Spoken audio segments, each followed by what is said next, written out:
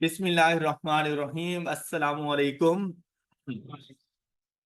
Previous lecture में हम लोग डिस्कस कर रहे थे कोऑर्डिनेट सिस्टम। थोड़े बहुत पॉइंट्स हम लोगों ने डिस्कस कर लिए थे। आई होप कि वो पॉइंट्स आप सब बच्चों को समझ आ चुके होंगे। एम आई राइट? अच्छा, क्या कुछ पॉइंट्स हम लोगों ने डिस्कस किए कि कोऑर्डिनेट सिस्टम बेसिकली पॉइंट्स की लोकेशन को आइडेंटिफाई करता है और उन पॉइंट्स को हम लोग नाम देते हैं कोऑर्डिनेट्स। ये जो कोऑर्डिनेट सिस्टम में डिफरेंट डिफरेंट पॉइंट्स होते हैं, उन पॉइंट्स को नाम दिया जाता है कोऑर्डिनेट्स। तो कोऑर्डिनेट सिस्टम डिफरेंट कोऑर्डिनेट्स की लोकेशन को आइडेंटिफाई करता है। हमारे पास ये जो कोऑर्डिनेट सिस्टम है ये 2 डायमेंशनल प्लेन है, जिसमें हम लोग X axis and Y axis की बात कर रहे हैं। एक्स एक्सिस हमारे पास हमेशा एक हॉरिजॉन्टल लाइन होती है, जबकि वाई एक्सिस हमारे पास एक वर्टिकल लाइन है। X axis and Y axis जहां एक दूसरे को इंटरसेक्ट करते हैं उस पॉइंट को कहा जाता है पॉइंट ऑफ ओरिजिन, और वहां पर X and Y both are equal to 0, दोनों की वैल्यू 0 के इक्वल होंगी। अगर हम लोग एक्स एक्सिस की बात करें तो पॉइंट ऑफ ओरिजिन की राइट हैंड साइड पर एक्स एक्सिस की value positive, point of origin की लेफ्ट हैंड साइड पर एक्स एक्सिस की value negative, point of origin की डाउनवर्ड वाई एक्सिस नेगेटिव, जबकि पॉइंट ऑफ ओरिजिन के अपवर्ड वाई एक्सिस पॉजिटिव होगा। इस कार्टेशियन प्लेन को, इसको कार्टेशियन प्लेन भी कहा जाता है।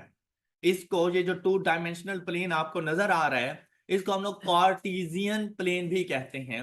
इसको हम लोगों ने 4 क्वाड्रेंट्स में डिवाइड किया हुआ है। मतलब ये जो 4 आपको डिफरेंट बॉक्सेस नजर आ रहे हैं, इन बॉक्सेस को हम लोग कहते हैं क्वाड्रेंट्स, और ये हम लोगों ने एंटी क्लॉकवाइज मूव करना होता है। That one is first quadrant. First quadrant में आपको देखें एक्स की वैल्यू भी पॉजिटिव नजर आ रही है, और फर्स्ट क्वाड्रेंट में आपको यहां से वाई की वैल्यू मिलनी है, वाई की वैल्यू भी पॉजिटिव। तो हम लोगों ने कहा कि X and Y both are positive, तो जाएंगे हमारे पास फर्स्ट क्वाड्रेंट में।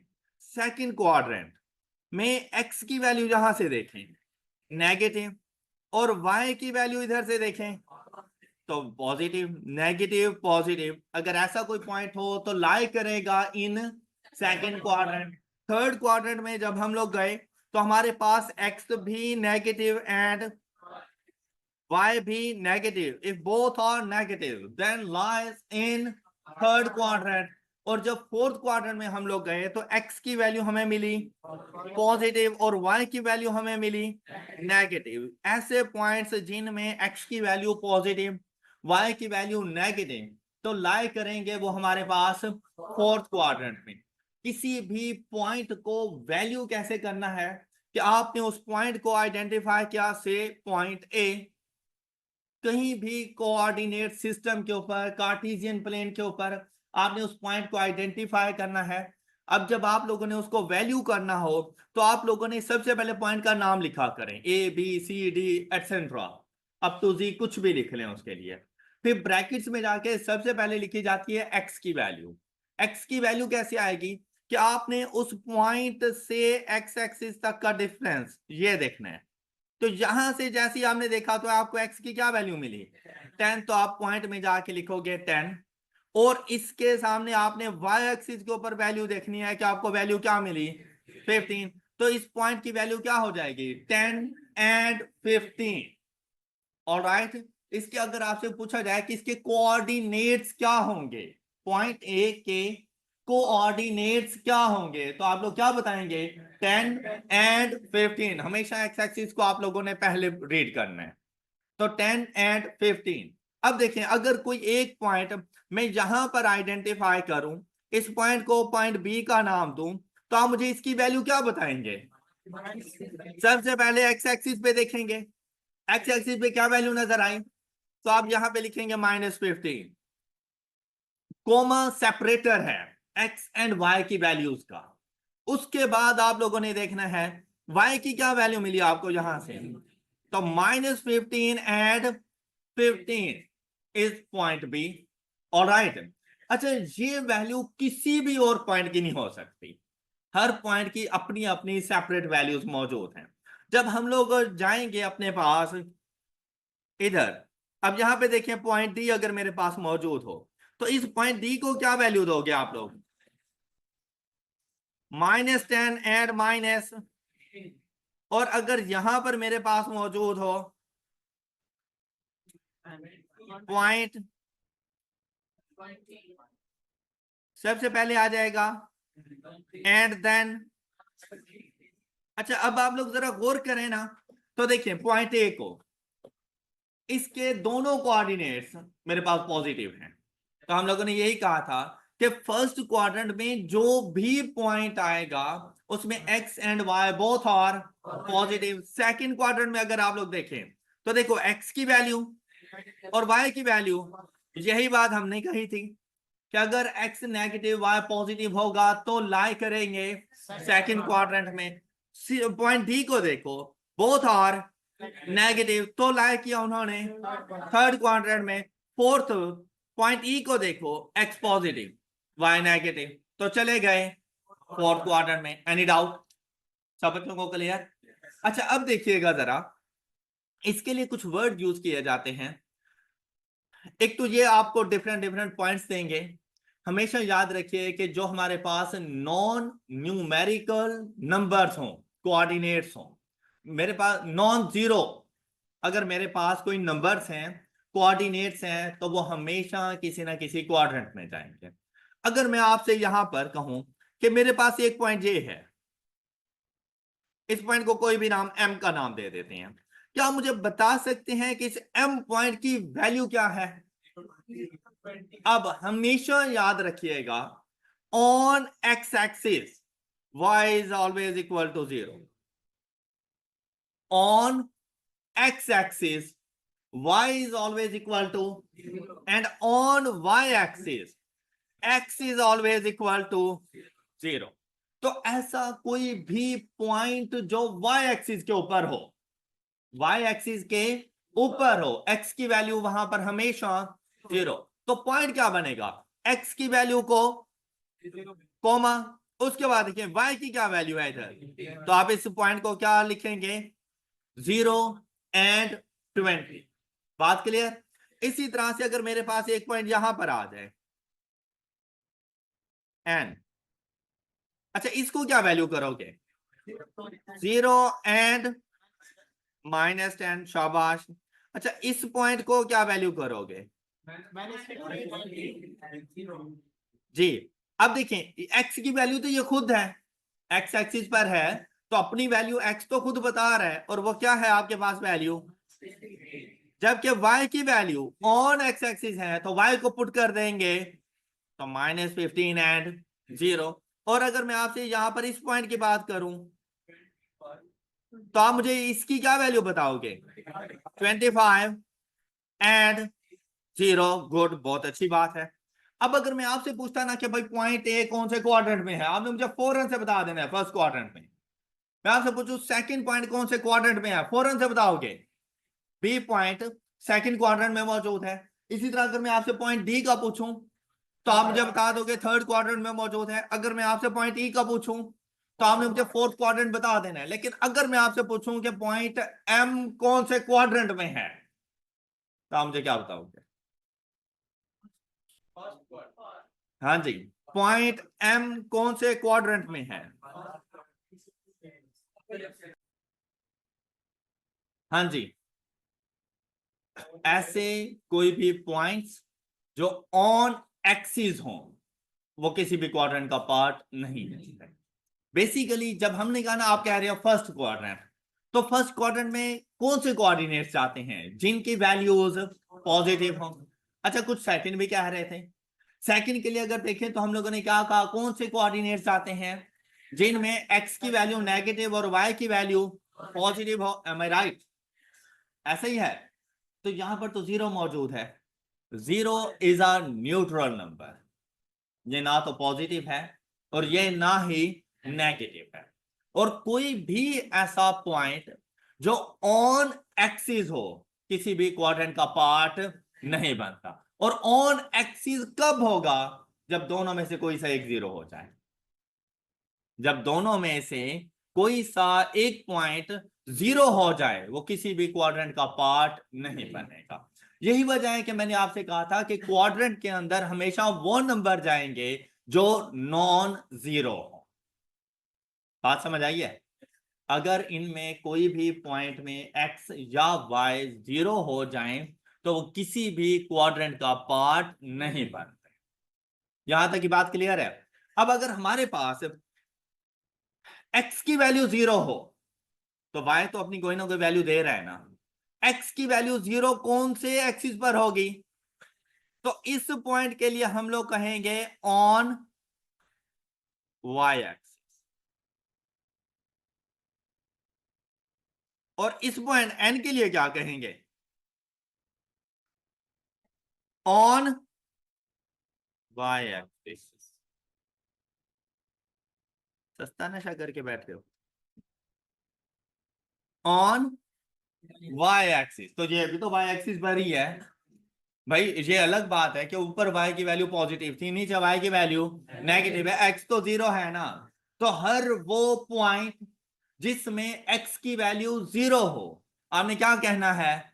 Point is on y axis. Got it?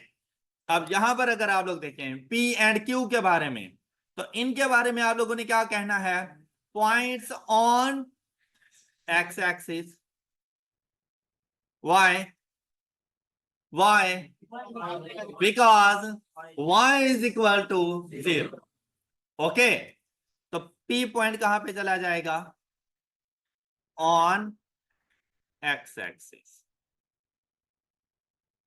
मेरे नहीं ख्याल की कोई मुश्किल है अब तक। ऑनलाइन में भी सबको क्लियर है?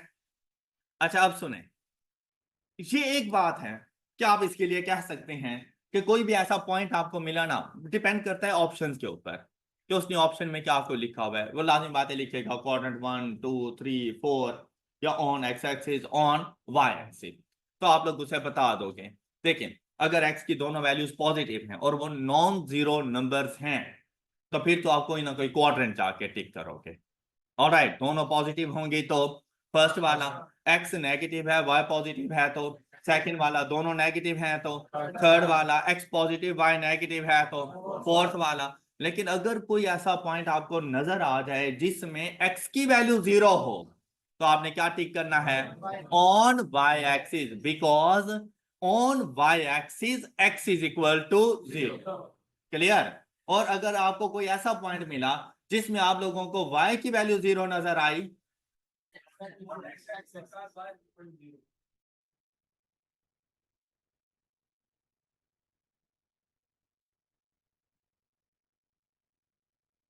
हाँ हाँ हाँ, जो भी बोला था।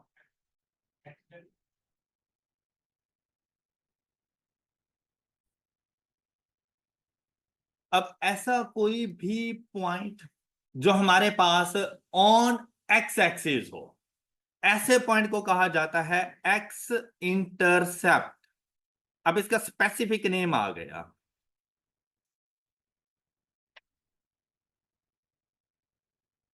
X intercept. क्या बताया मैंने? क्या एक्स इंटरसेप्ट क्या होता है? एक ऐसा पॉइंट जो ऑन एक्स एक्सिस हो, उस पॉइंट को अब आपने स्पेसिफिकली क्या नेम देना है? X intercept. बात क्लियर? तो हम इसको डिफाइन कर सकते हैं, अ पॉइंट या coordinate on X axis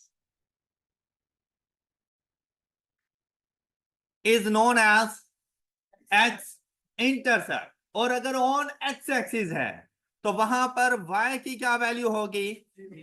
where y is equal to, ये एक्स इंटरसेप्ट की डेफिनेशन बन गई है। बात क्लियर? तो y इंटरसेप्ट क्या होगा? A point on y axis where, शाबाश, लिख लो अपने पास, द y इंटरसेप्ट। बड़े जीनियस बच्चे हो भाई। इंटरसेप्ट इज अ पॉइंट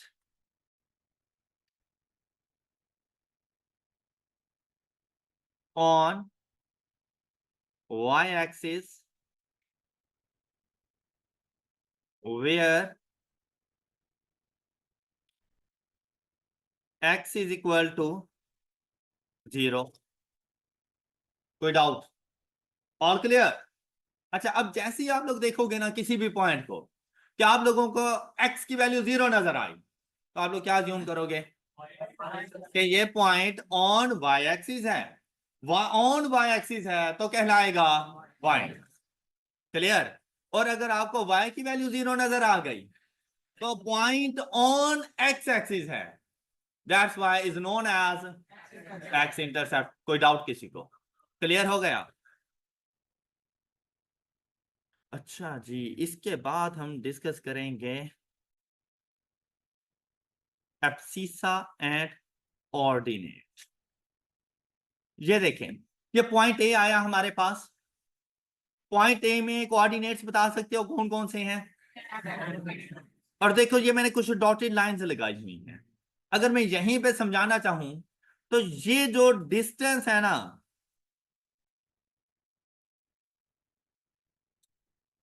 ये एब्सिसा है। ऑलराइट। और ये जो डिस्टेंस है ना पॉइंट से लेकर एक्स एक्सिस तक, दैट्स नोन एज ऑर्डिनेट। किसी भी सिंपल वर्ड में जरा सुन, किसी भी पॉइंट का y एक्सिस से distance is known as abscissa, and किसी भी पॉइंट का x एक्सिस से distance is known as ordinate. Abscissa को क्या डिफाइन करोगे? एब्सिसा को कैसे डिफाइन करोगे? Distance of a point from y axis is known as, coordinate को क्या डिफाइन करोगे? Distance of a point from x axis is known as ordinate. ये बात क्लियर हो गई है? Distance of a point from y axis is abscissa. अब ये देखो, ये था डिस्टेंस इन टोटल, यहां से लेकर यहां तक का सफर, ये क्या कहलाया? और इस पॉइंट का x एक्सिस तक का सफर, ये क्या कहलाया? ऑर्डिनेट। बात क्लियर हो गई होगी? तो आप मुझे बता सकते हो कि इस पॉइंट में एब्सिसा क्या है और ऑर्डिनेट क्या है? एब्सिसा बताओ, एब्सिसा क्या है? एब्सिसा बताओ कि एब्सिसा क्या है? अब कोई भी पॉइंट लिख रहे होते हैं ना हम लोग, कोई भी कोऑर्डिनेट, उसमें एक एब्सिसा होता है और दूसरा ऑर्डिनेट होता है। मुझे ये बताओ, मैंने आपको डिफाइन कर दिया चीजें। एब्सिसा क्या है? हम एब्सिसा पे फोकस करते हैं। एब्सिसा क्या है? Is a point, is a distance of a point from y axis. तो मुझे बताओ 10 एब्सिसा है या 15 एब्सिसा है? कोई ऐसा जो कहे 15 है? अच्छा, कितने हैं जो कह रहे हैं 15 है? ये गलत कह रहे हैं, ये गलत कह रहे हैं। अब जरा गौर से सुनो, गौर से सुनो। अब यहाँ पे बच्चा पता है कंफ्यूज कहाँ हो जाता है? ऑनलाइन वाले, अब ऑनलाइन वाले भी बता सकते हैं यार, कोई शर्माने शुरमाने की कोई जरूरत नहीं है, हम बेशरम अवाम है, हम है ना। ठीक है, बहुत अच्छे जा रहे हो, टीचर कोई बेशरम कह दिया, इट्स ओके, नो प्रॉब्लम। अच्छा सुनो, अब जैसे ही मैंने आप लोगों से ये कहा कि भाई y एक्सिस से पॉइंट तक का डिस्टेंस, तो क्या आपको ये 15 बताएगा कि y एक्सिस से पॉइंट तक का डिस्टेंस कितना है? तो अब देखो, यही डिस्टेंस यहां से यहां तक का होगा। जो ऊपर आपको डिस्टेंस नजर आ रहा है, जहां मैंने एब्सिसा लिखा हुआ है, पॉइंट ऑफ ओरिजिन से उस पॉइंट तक का भी तो वही डिस्टेंस होगा। और ये डिस्टेंस हमने कितना कवर किया? यहां से जैसे ही चलना शुरू किया तो ये कितना डिस्टेंस हमने कवर किया? 10 यूनिट्स का डिस्टेंस कवर किया हम लोगों ने। तो हमारे पास एब्सिसा की वैल्यू होगी 10। और जब हमने कहा ना कि भाई इस पॉइंट से एक्स एक्सिस का डिफरेंस, तो भाई यहां से यहां तक का डिस्टेंस भी तो सेम ही होगा। ओके, तो जैसे ये 0 से स्टार्ट किया और यहां तक पहुंचे, तो कितना डिस्टेंस हमने कवर किया? 15 का। तो ये ऑर्डिनेट की वैल्यू है। इन शॉर्ट, किसी भी पॉइंट में x की वैल्यू को कहना है और किसी भी पॉइंट में y की वैल्यू को कहना है, कोऑर्डिनेट। All clear? कॉन्सेप्ट सही से समझ आ रही है ना? चलें, शाबाश, गुड हो गया। अब कभी कभी ऐसा होता है कि आपको डायरेक्ट वो पॉइंट बता देता है, तो हमें ना ये टेंशन लेने की जरूरत ही नहीं होती कि क्या एब्सिसा है और क्या ऑर्डिनेट है।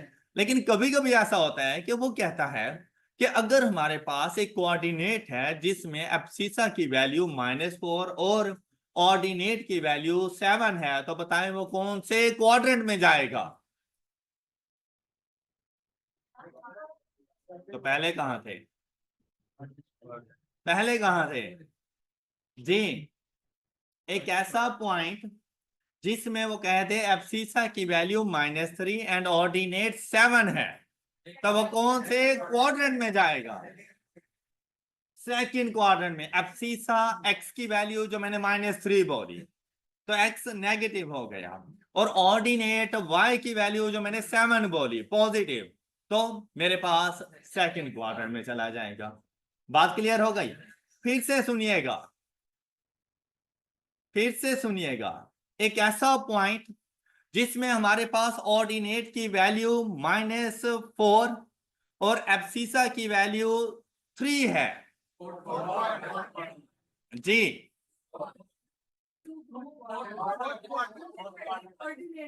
पहले ऑर्डिनेट बोला है और फिर एब्सिसा बोला है। मैंने y की वैल्यू को नेगेटिव, x की वैल्यू को पॉजिटिव रखा, सिर्फ मैंने अरेंजमेंट चेंज कर दी थी। आपका फोकस एब्सिसा और ऑर्डिनेट पे नहीं था, आपका फोकस था कि पहले मैंने नेगेटिव बोला और बाद में पॉजिटिव बोला है। हालांकि आपने ये नहीं देखा कि पहले मैंने y की वैल्यू बता दी थी। तो आपने MCQ में इस बात का भी ख्याल रखना है। क्या आपको आपको कंफ्यूज करने के लिए ऑर्डिनेट पहले और एब्सिसा बाद में बोल सकता है। बात क्लियर? कोई डाउट?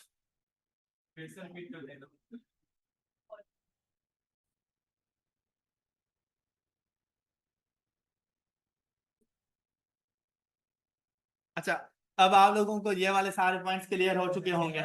ऑलराइट, अच्छा अब देखिए जरा अपनी बुक पर स्टडी टेक्स्ट देखें क्या कहते हैं। Coordinate system is a method of representing points in a space of given dimensions by coordinates. अब ये कोऑर्डिनेट्स क्या थे? वो जो पॉइंट्स वगैरह बता रहे थे। कहता है कि हमारे पास जो भी गिवन डायमेंशंस हों, अब हम इन्होंने तो कहा ना गिवन डायमेंशनल, तो हमारे पास कितनी डायमेंशंस हैं? 2 डायमेंशनल प्लेन। हम सिर्फ उसकी बात कर लेंगे कि उस पर अपने किसी भी कोऑर्डिनेट को रिप्रेजेंट करने का जो मेथड होता है वो कहलाता है कोऑर्डिनेट सिस्टम। फिर बात करते हैं coordinate is a group of number. तो देखो एक्स एंड वाई दोनों मिलकर एक कोऑर्डिनेट बनाते हैं, that's why is a group of number use to indicate the position of a point और अ लाइन। अब यहां पर हम देखें कोई भी पॉइंट है, हर पॉइंट के अपने अपने कोऑर्डिनेट्स मौजूद हैं। सपोज अगर मैं आपसे ये कहूं कि मेरे पास x की वैल्यू है 4, y की वैल्यू है 8, कहां पर आएगा? फर्स्ट क्वाड्रेंट में आएगा। लेकिन एक स्पेसिफिक पॉइंट होगा कि देखिए x की वैल्यू मैंने क्या बोली? 4, तो ये यहां पर तकरीबन 4 है। y की वैल्यू मैंने क्या बोली? तो 8 आपको तकरीबन यहां पे मिलेगा। तो ये पॉइंट किधर आ जाएगा? ये मैंने सिर्फ इस पॉइंट की बात की थी। तो किसी भी पॉइंट को रिप्रेजेंट करने का मेथड कोऑर्डिनेट सिस्टम, और उस पॉइंट को में जो ग्रुप ऑफ वैल्यूज हैं उसको कहा जाता है कोऑर्डिनेट। Any doubt? नेक्स्ट देखें, the coordinate system is a method of specifying a location with a series of number which refers to other fixed point. Coordinate can specify position in 3-dimensional space or on a 2-dimensional space. Most graphs that have been seen are plots on a coordinate plane. तो ये coordinate plane है 2-dimensional. All right? फिर आ जाएं इसके features के ऊपर। तो ये वो फीचर्स हैं जो मैं आप लोगों को पहले ही बता चुका हूं। जस्ट वन टाइम इनको जरा एक्टिव रीडिंग करें। एक्टिव रीडिंग मींस दैट पढ़ने के बाद आपको समझ आए कि आपने पढ़ा क्या कुछ है, ताकि आप मुझसे अगर कोई बात नहीं समझ आ रही तो क्वेश्चनिंग कर सकें। वन टाइम इसको रीड करें, फीचर्स को जल्दी करें। तो आप लोगों को ये फीचर्स आई होप कि अच्छे तरीके से समझ आ गए होंगे। जो बातें हम लोगों ने डिस्कस की वही सब कुछ यहाँ पे लिखा हुआ था। अच्छा, यहाँ पे आ जाए कोऑर्डिनेट्स। कहते हैं any point on the plane can be identified by value of X and a value of Y. तो उसने एक्स एंड वाई की वैल्यू के बारे में आपको सारी इंफॉर्मेशन दे दी। इसको भी जस्ट वन टाइम आपने रीड करना है ताकि आपको पता हो कि स्टडी टेक्स्ट आपका बिल्कुल साफ क्लियर क्लियर चल रहा है और आपको वो कॉन्सेप्ट समझ आ रहे हैं। जस्ट वन टाइम इसको रीड करें। कोई बात ना समझ आए तो जरूर पूछिएगा। जी, कोऑर्डिनेट्स आप लोग सब बच्चों को क्लियर हो गए। अच्छा, नेक्स्ट वन हमारे पास आ जाती है यहाँ पर लीनियर इक्वेशन, जो कि इंशाल्लाह हम लोग चैप्टर नंबर 2 में डिस्कस करेंगे। तो हम लीनियर इक्वेशंस को जरा स्किप कर रही हैं और हम लोग चलेंगे अपने कोऑर्डिनेट सिस्टम को कंप्लीट करने की तरफ। उसमें ना कुछ एक्स्ट्रा पॉइंट्स हैं जो कि आप लोगों ने याद रखने हैं, जो कि आपकी बुक में नहीं दिए गए, लेकिन एमसीक्यू उससे रेलेवेंट जरूर आ जाते हैं। तो उसमें हम लोग सबसे पहले डिस्कस करने के लिए जा रहे हैं मिड पॉइंट।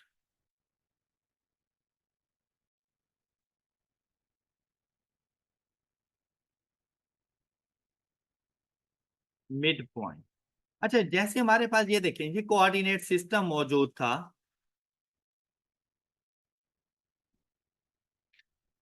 इसको थोड़ा सा क्लियर करते हैं हम।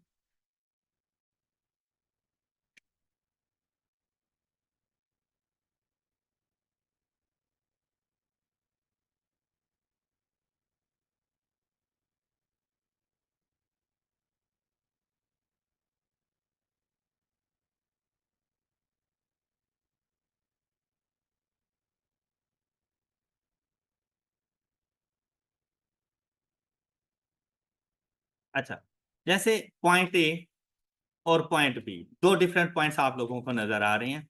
इन दोनों पॉइंट्स के दरमियान कौन सा पॉइंट आएगा उसे कहा जाता है मिड पॉइंट। अब जैसे आपको ना दो डिफरेंट कोऑर्डिनेट्स दे दिए जाएंगे।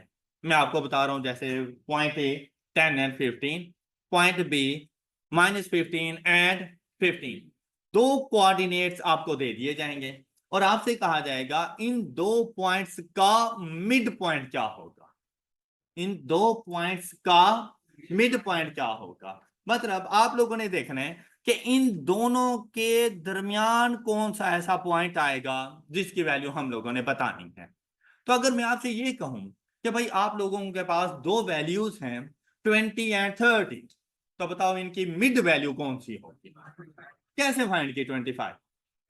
दोनों को ऐड करके डिवाइडेड बाय 2, यही फार्मूला मिड पॉइंट पे अप्लाई हो जाता है कि जो मिड पॉइंट आपने फाइंड करना है भाई, जहां पर भी आए मिड पॉइंट, उसकी भी तो एक्स की वैल्यू होगी, उसकी भी तो वाई की वैल्यू होगी। तो वो कैसे आएगी? इन दोनों पॉइंट्स के एक्स की वैल्यूज को ऐड करके डिवाइडेड बाय 2 कर दो, तो मिड पॉइंट की एक्स की वैल्यू आ जाएगी। और इन दोनों पॉइंट्स की वाई की वैल्यूज को ऐड करके डिवाइडेड बाय 2 कर दो, तो उसके वाई की वैल्यू आ जाएगी। तो फार्मूला मिड पॉइंट का हमारे पास क्या बनेगा? मिड पॉइंट को डिनोट किया जाएगा point M. M stand for mid. और इसका फार्मूला हमारे पास होता है एम इनटू, अब देखिए दो पॉइंट्स हैं, दोनों में एक्स की वैल्यूज हैं, तो हम लोग किसी एक पॉइंट के कोऑर्डिनेट्स को x1 y1 और दूसरे पॉइंट के कोऑर्डिनेट्स को x2 y2, ये जस्ट फॉर आइडेंटिफिकेशन। क्या अगर मैं आपसे कहूं ना x, तो आपको नहीं पता चलेगा मैं पॉइंट 1 की बात कर रहा हूं या पॉइंट 2 की बात कर रहा हूं।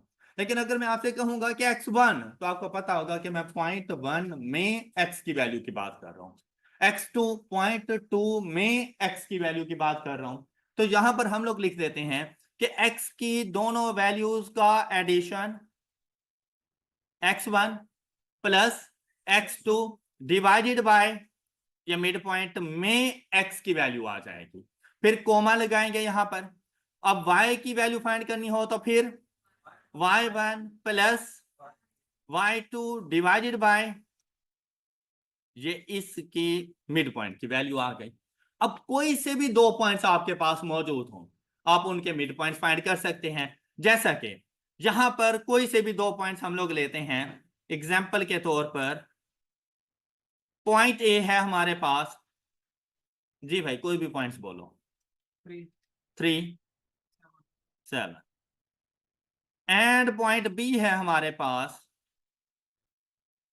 हाँ जी, कोई भी पॉइंट बोलो बोलो।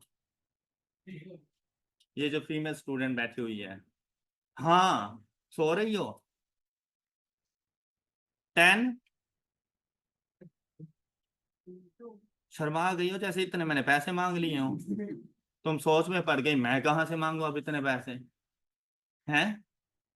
10 और 2, और हमने फाइंड करना है इन दोनों का मिड पॉइंट।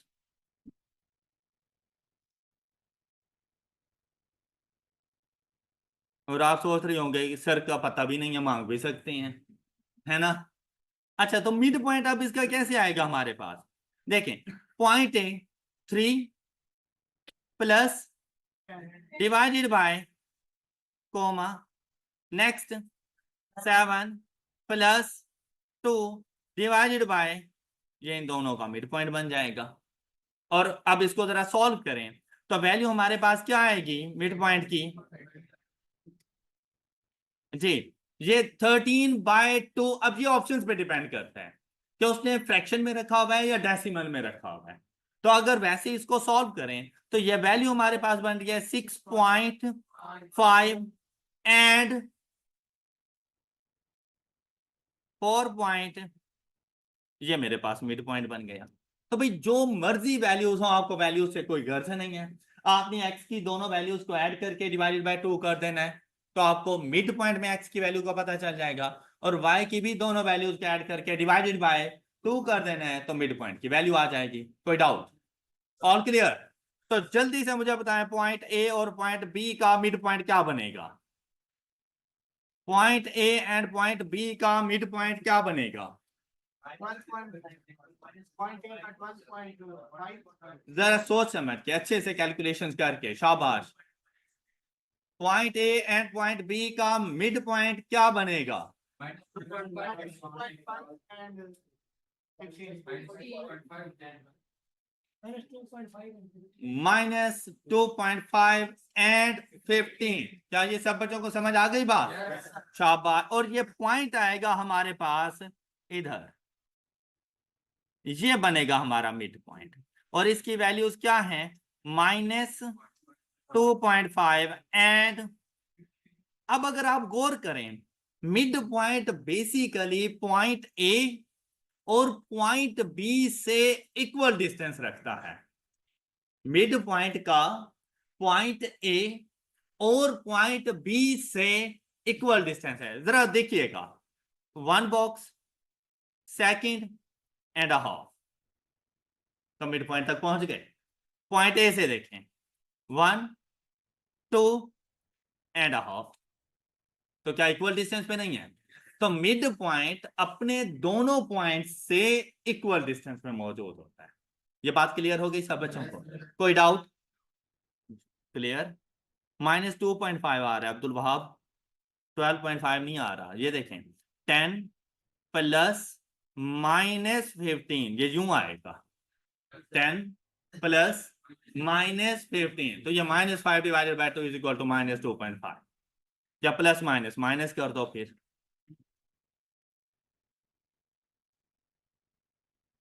अच्छा, अब नेक्स्ट चलते हैं, डिस्टेंस बिटवीन 2 पॉइंट्स।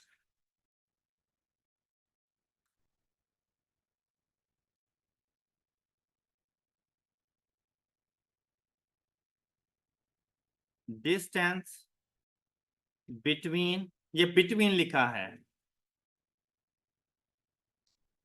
2 पॉइंट्स।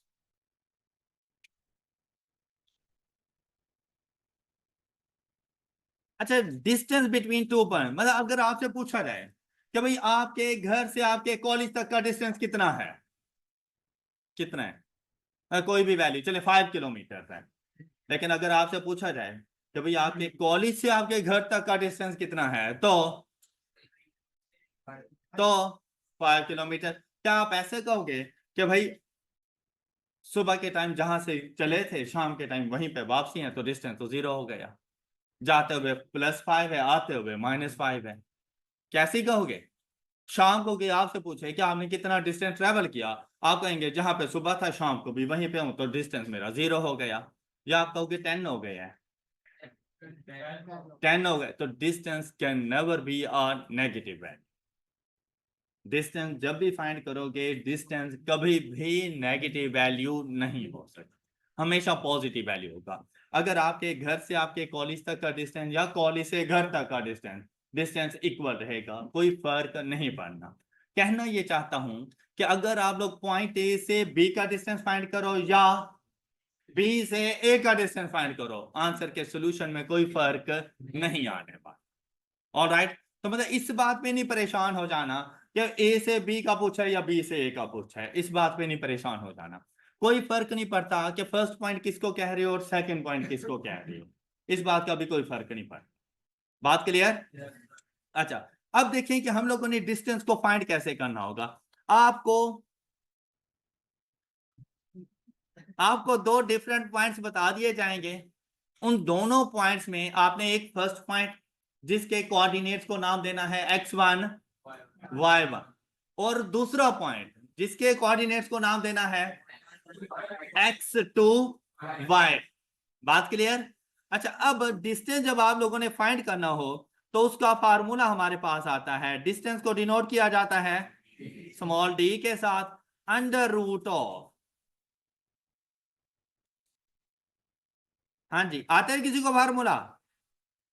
ऐसे आता है जी, x1 minus x2 cos square plus y1 minus y2 का स्क्वायर, ये डिस्टेंस का फार्मूला। अच्छा भैया बात सुन लो, अगर मैं आपसे ये कहूं ना कि भाई 5 माइनस 3, आप मुझे क्या आंसर करेंगे? अगर मैं आपसे कहूं 3 माइनस 5, तब आप क्या आंसर करेंगे? तो फर्क है भाई कि आपने किसको पहले रखना है किसको बाद में रखना है, आंसर में फर्क है। लेकिन अगर मैं आपसे कहूं कि इनके डिफरेंस का स्क्वायर, क्या आंसर करोगे? 2 का स्क्वायर इज इक्वल टू, और अगर मैं आपसे कहूं इसका स्क्वायर, तो क्या आंसर करोगे? तो स्क्वायर की सिचुएशन में फर्क नहीं पड़ता कि आपने x2 माइनस x1 करना है या x1 माइनस x2 करना। तो अगर किसी बच्चों ने पहले पढ़ा हुआ था कि x2 माइनस x1, मैंने तो पढ़ा था ये तो उलट हो गया है, तो कुछ उलट नहीं हुआ, वैल्यू में कोई फर्क नहीं पड़ता। बात क्लियर? दूसरी बात कि अगर मैं 5 प्लस 3 करूं या मैं 3 प्लस 5 करूं, क्या आंसर में कोई फर्क है? भाई कोई फर्क नहीं पड़ता, आप y को पहले लिख दो, x को बाद में लिख। ऑल राइट, तो ये कंफ्यूज होने वाली बातें नहीं है। क्या आप लोग इस पे कंफ्यूज हो जाओ कि ये क्या हुआ, ये तो चीजें ही आज उलट हो गई हैं, अगर किसी ने पहले पढ़ा हुआ है। नहीं पढ़ा हुआ, क्या बात है, आप क्या बहुत प्यारे बच्चे हैं, क्योंकि आपने इसी को फॉलो करना है। ओके, जिन्होंने पढ़ा हुआ था किसी को कोई डाउट नहीं होगा अब, तो कोई नहीं है। हम इसी फार्मूले सीक्वेंस के मुताबिक चलेंगे कि पहले x है तो x के डिफरेंस का स्क्वायर प्लस y की वैल्यूज के डिफरेंस का स्क्वायर एंड होल स्क्वायर बन जाएगा हमारे पास डिस्टेंस का फार्मूला। फाइंड कर लोगे? चलें, अब हमारे पास मौजूद हैं फर्स्ट एंड सेकंड पॉइंट, जैसे यहां पे गिवन था। पॉइंट ए हमारे पास क्या है? Example, point A is 10 and point B is minus 15 and 15, और हमने फाइंड करना है distance between two points and answer is, just values ही पुट करनी है। अब क्या करेंगे? Simply distance is equal to,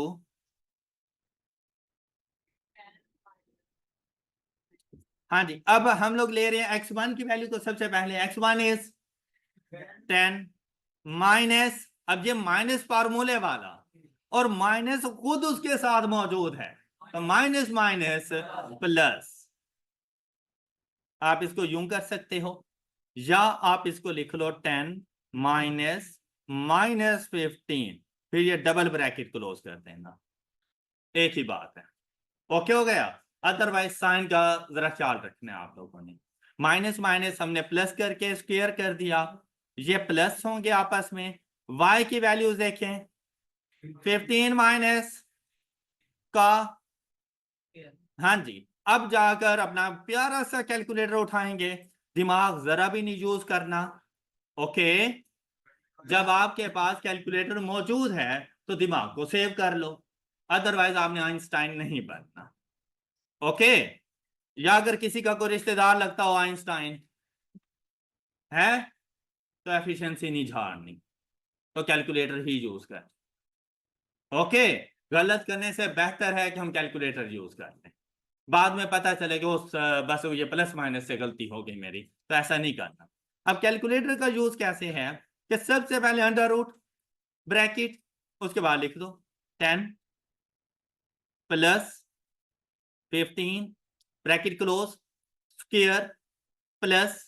अब देखें ये साथ साथ अंडर रूट मेरे भागता जा रहा है, भाई इस बात का ख्याल रखना है कि ये साथ साथ ही चलता रहे, ये ना हो कि ये आपका साथ छोड़ दे, फिर क्वेश्चन गलत हो जाएगा। ओके, अच्छा नेक्स्ट लिखेंगे 15 माइनस 15 का स्क्वायर एंड आंसर इज 25। और इसके साथ अब देखें, कार्टेशियन प्लेन में हम किलोमीटर तो कह नहीं सकते, डिस्टेंस का यूनिट मीटर भी नहीं कह सकते, तो यहां पर हम लोग क्या कहते हैं 25 यूनिट्स। आई होप कि आपको मेरी बात समझ आ गई होगी। ये देखो जरा, यहां पर देखो हर बॉक्स 5 यूनिट्स को डिनोट कर रहा है। आप देखें 0 से 5, 5 से 10, तो एक बॉक्स 5 यूनिट्स को डिनोट करता है। तो आप देखें यहां से ये 5, ये भी 5, 5, 5 एंड 5, तो ये देखो ये टोटल कितना डिस्टेंस हो गया 25 यूनिट्स। यही हम लोगों ने यहां पे बता दिया 25 यूनिट्स। All clear? किसी को कोई डाउट? ये कॉन्सेप्ट वगैरह क्लियर है सब बच्चों को? That's all for today. अपना ख्याल रखिए, नेक्स्ट लेक्चर में मिलेंगे। अल्लाह हाफिज।